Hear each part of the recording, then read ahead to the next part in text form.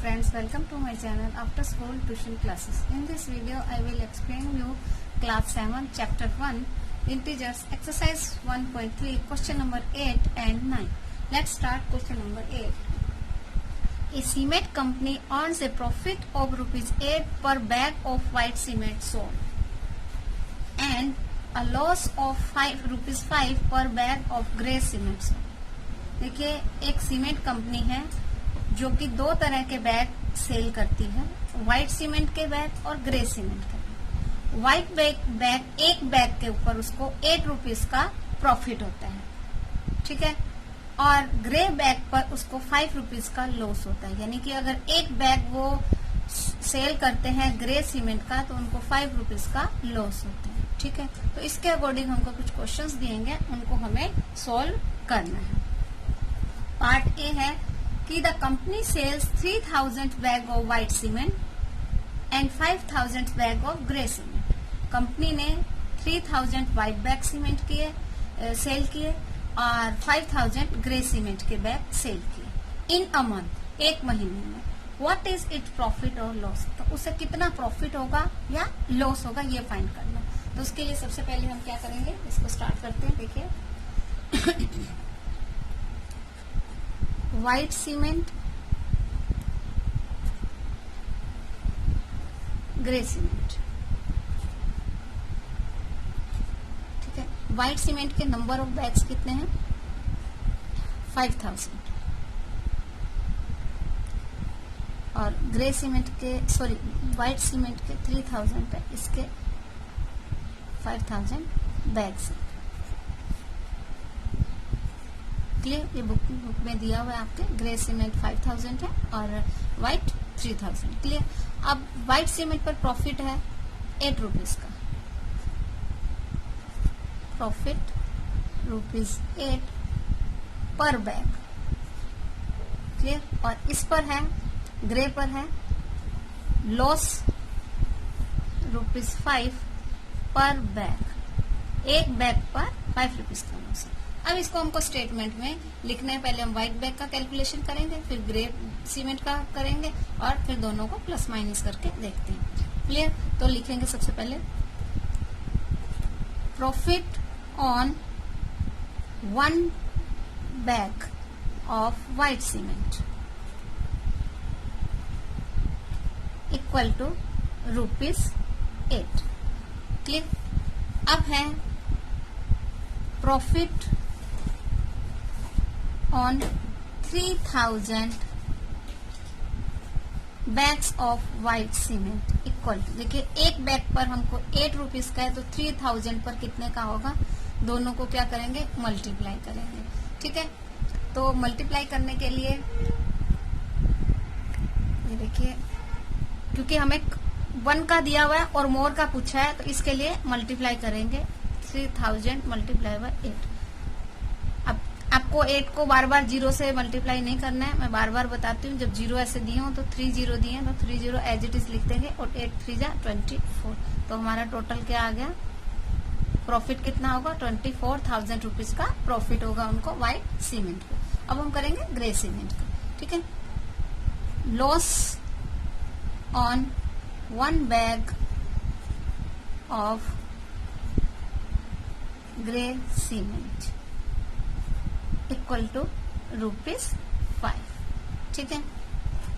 और again loss on 5000 bags of grey cement equal to, same जैसे इसमें किया हमने, यहाँ पर भी हम 1 का दिया हुआ है, मोर का पूछा है तो मल्टीप्लाई कर देंगे। 5 5 जा 25 और 3 0, तो कितना लॉस हुआ, 25,000 रुपीज का। अब प्रॉफिट हो रहा है 24,000 रुपीज का, लॉस हो रहा है 25,000 रुपीज का। तो उसने पूछा है कि व्हाट इज इट्स प्रॉफिट और लॉस, यानी अगर वो इतने बैग बेचता है, 3000 बैग व्हाइट सीमेंट के सेल करे और 5000 ग्रे सीमेंट के सेल करते हैं तो उसको क्या होगा, प्रॉफिट होगा या लॉस होगा। तो देखिए हम दोनों चीजों को लिखते हैं। देखिए लॉस है, लॉस और प्रॉफिट। सबसे पहले हम ऐसे लिखते हैं, लॉस एंड प्रॉफिट। लॉस है 25,000 रुपीज का प्रॉफिट है 24,000 रुपीज का। अब हम देखेंगे तो मोर क्या है, 25,000 इज मोर, यानी कि हमें क्या होगा, लॉस होगा। तो हम इन दोनों को माइनस करेंगे तो क्या आएगा 1,000 रुपीज। तो क्या लिखेंगे हम 1,000 रुपीज 1,000 लॉस। ठीक है, इसको हम ऐसे भी लिख सकते हैं। Clear, so that is our answer. Clear, now part 2। Part B में दिया है what is the number of white cement bag it must sell to have neither profit nor loss if the number of grey bag sold is 6,400 bags. देखिए, अब इस second question में ये दिया गया है कि कितने व्हाइट बैग के जो सीमेंट के बैग हैं वो सेल किए जाएं कि ना तो प्रॉफिट हो ना ही लॉस हो, जबकि ग्रे बैग सोल किए जाएंगे 6,400 बैग्स। अगर ग्रे जो है बैग वो 6,400 सेल किए जाएं तो व्हाइट बैग कितने सेल किए जाएं कि ना तो प्रॉफिट हो और ना तो लॉस हो, यानी इक्वल रहे। तो उसके लिए क्या करेंगे हम, देखिए पहले हम इसकी अमाउंट निकालेंगे कि कितना प्रॉफिट लॉस होगा।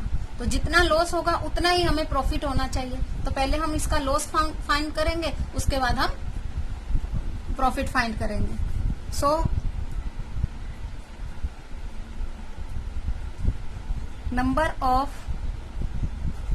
Bags of grey cement equal to 6,400 bags. ठीक है, तो loss on sale of grey bags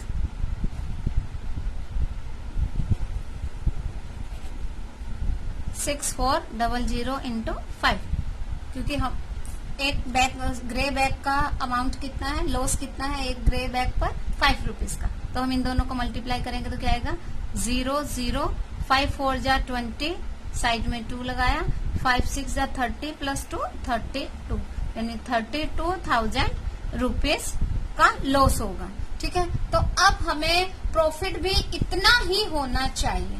तो वो कैसे पता करेंगे कि जितना लॉस है प्रॉफिट भी उतना हो, यानी कि प्रॉफिट कितना होना चाहिए 32,000 रुपीज का, और एक बैग पर प्रॉफिट कितना है 8 रुपीज का। तो हम इस फार्मूले को लगा के क्वेश्चन को सॉल्व करेंगे।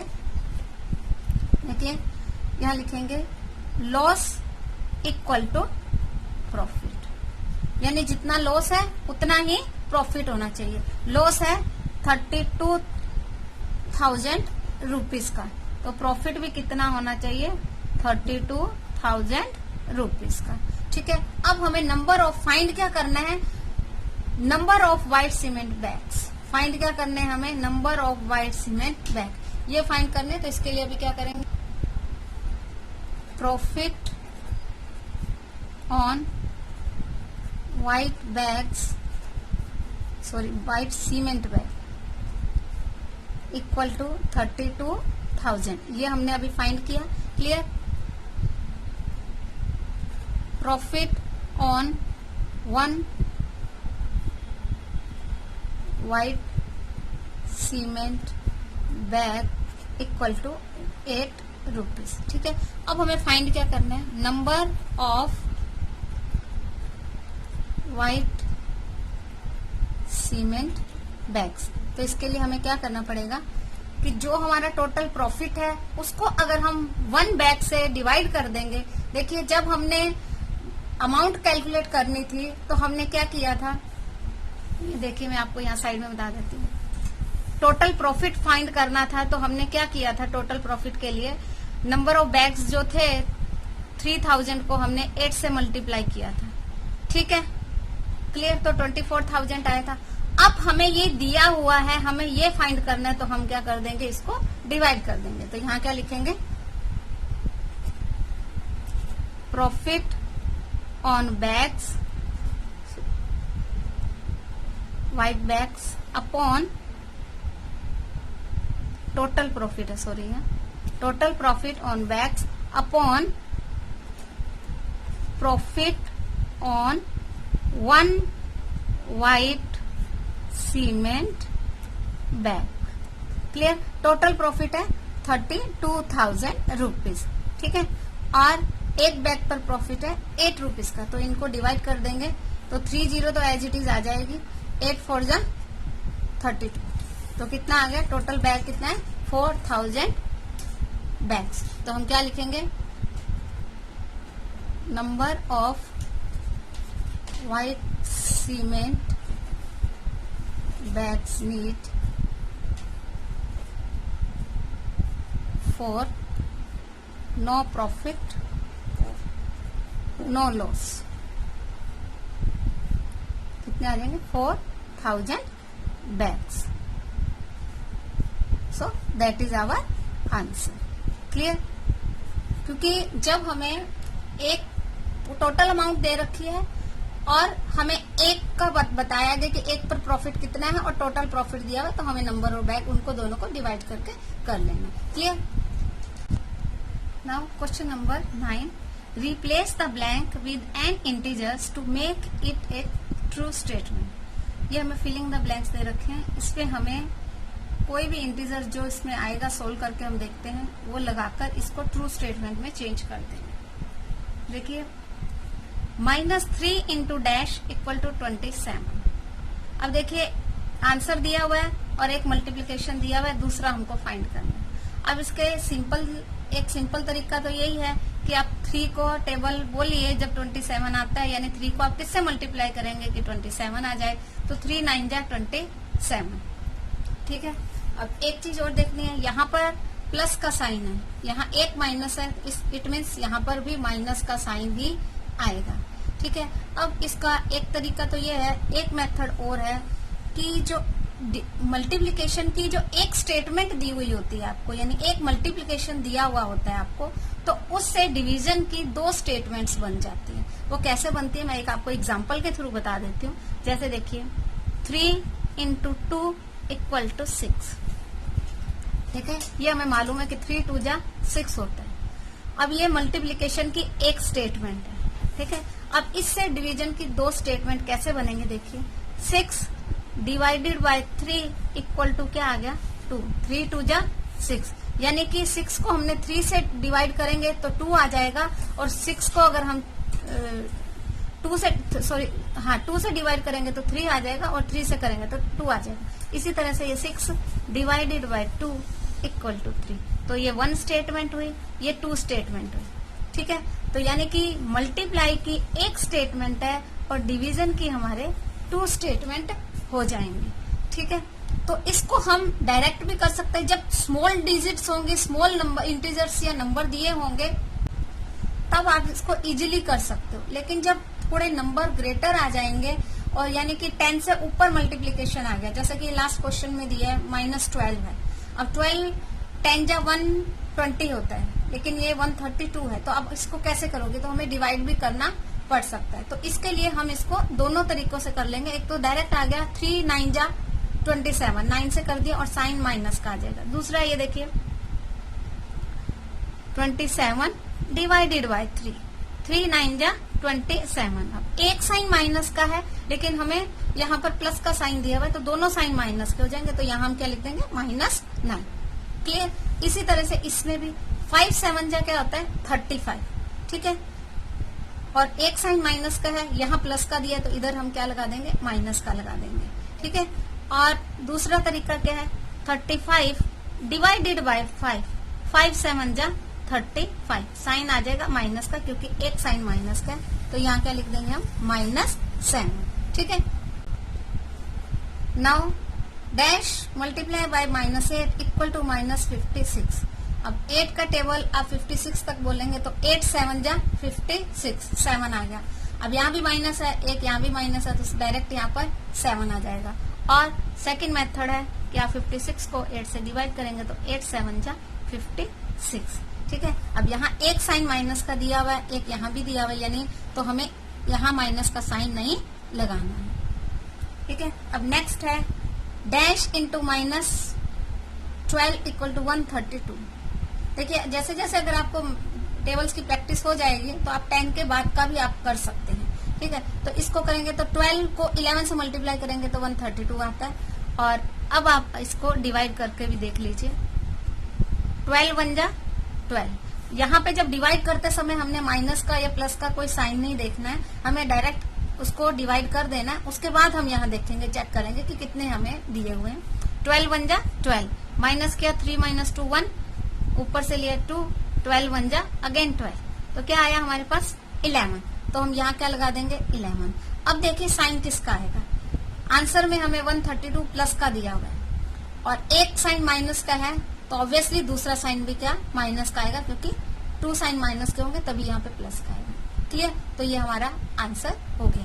ठीक है, तो हम इसको डायरेक्ट भी कर सकते हैं और डिवाइड से भी कर सकते हैं, क्योंकि डिवीजन और मल्टीप्लिकेशन आपस में इंटर रिलेटेड है। क्लियर? तो मैं समझती हूँ कि आपको ये सब क्वेश्चन समझ आ गए होंगे, फिर भी इनकी प्रैक्टिस कीजिएगा। So thank you for watching my video. मिलते हैं नेक्स्ट वीडियो में, तब तक के लिए बाय।